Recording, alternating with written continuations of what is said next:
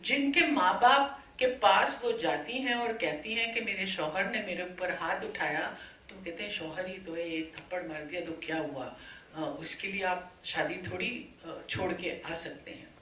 तो ये acceptance of violence हमारे डीएनए में आ चुका है। और जब आप गांव में जाते हैं और गांव में देखते हैं तो जो 8 साल की लड़की है और 8 साल का लड़का है, उनकी पोजीशंस में दुनिया भर का फर्क है।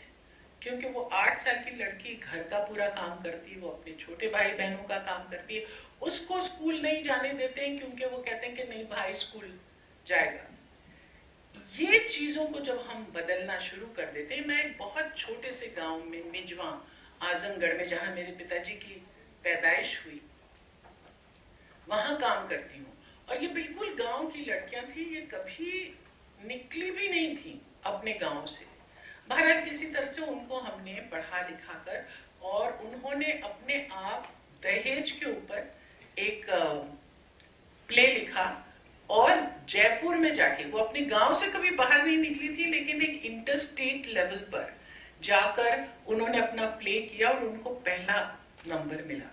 तो आप सोचिए, वो लड़की, हमारे गांव में ये बहुत होता था कि लड़कियों की शादी 18 साल से पहले हो जाती थी। 12 साल की उम्र में सब लोग अपना सिंदूर लगा के आ जाते थे, और हमने बहुत कोशिश की थी इसको नहीं करने की, लेकिन वो कहते थे कि ये हमारे पास ट्रेडिशन है, ये वो। हमने बहुत बोला ये गैर कानूनी है, मत करो, ये लड़की की सेहत के लिए अच्छा नहीं है, लेकिन कोई नहीं माना। अब जब इनको हमारी स्कूल की, कैफे आजमी स्कूल की लड़कियों को ये अवार्ड मिला, तो वो लड़की ने आके स्कूल में कहा कि इस अवार्ड की बुनियाद पर मैं अपनी किस्मत बदलूंगी, मैं अपने माँ बाप को ये बताऊंगी कि मैंने कुछ करके दिखाया है। तो अब आप मुझे मौका दीजिए कि जिस तरह से मैं जिंदगी जीना चाहती हूँ मैं जीऊंगी, और मैं 18 साल से पहले शादी नहीं करूंगी। पूरे स्कूल, प्रिंसिपल, टीचर्स, सबने शपथ ली। ये शपथ ली कि अगर इस एरिया में किसी भी लड़की को 18 साल से पहले उसकी शादी पर जोर लगाया जाएगा तो सब के सब जाके वहां धरना करेंगे।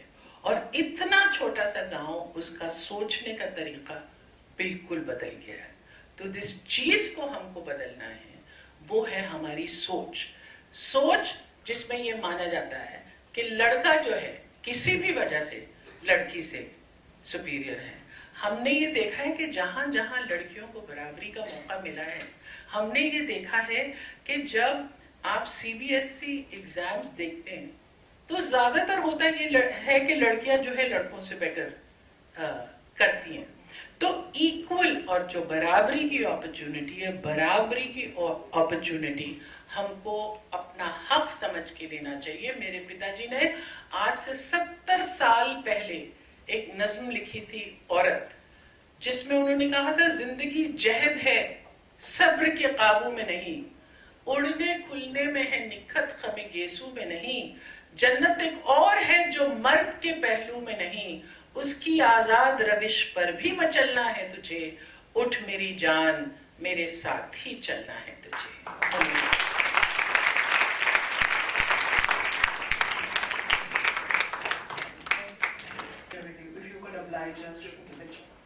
So I request all the consultants to come forward, girls from Magic Bus to come forward, and yes, you.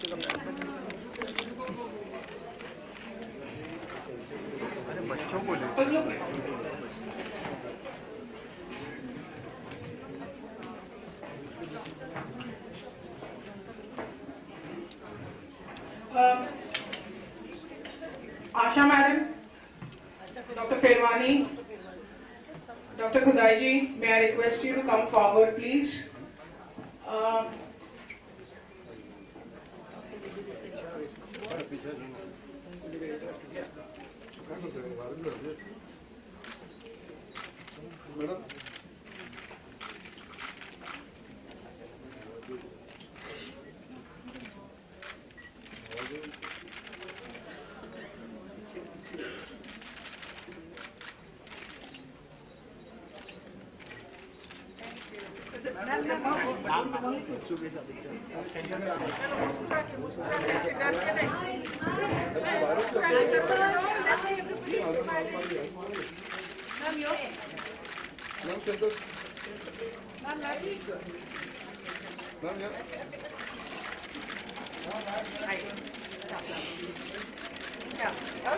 Thank you, ma'am. We thank you on behalf of the hospital for being a part.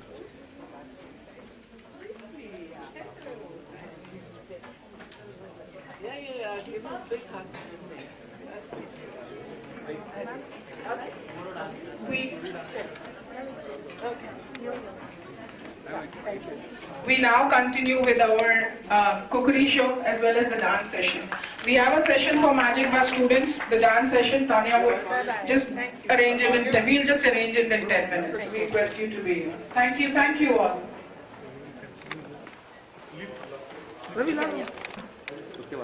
मुझे ऐसा लगता है कि हिंदुस्तान एक ऐसा मुल्क है जो कई सदियों में एक साथ जीता है। हम लोग 19वीं, 20वीं और 21वीं सदी में एक साथ जीते हैं और उसकी वजह से बहुत सारे कॉन्ट्रडिक्शंस हैं। तो जब हम महिलाओं के बारे में सोचते हैं तो हिंदुस्तान में एक तरफ से हमारी प्राइम मिनिस्टर महिला रह चुकी हैं, हमारी प्रेसिडेंट महिला रह चुकी हैं, बहुत सारे इम्पोर्टेंट पोजीशंस में महिलाएं हैं। लेकिन ये भी सच्चाई है कि आज भी लड़की को पैदा होने पर उसका गला घोट दिया जाता है और फीमेल फीटिसाइड आज भी प्रैक्टिस की जा रही है हमारे शहर में, साउथ मुंबई में, साउथ दिल्ली में, हरियाणा, पंजाब, गुजरात। तो ये स्थिति जो है चेंज होना बहुत ज़रूरी है। कोई भी समाज, कोई भी मुल्क अपने आप को सभ्य नहीं कह सकता अगर उसकी 50% आबादी जो उसकी महिलाएं हैं वो पीछे रह जाएं। इसलिए ज़रूरी है कि हम बराबर का मौका अपनी महिलाओं को दें, बराबर का मौका अपनी लड़कियों को दें, उनकी तालीम की फ़िक्र करें, उनके किसी तरह की उनके पास सलाहियत होनी चाहिए जिसके ऊपर वो अपने पाँव पे खड़ा हो सके।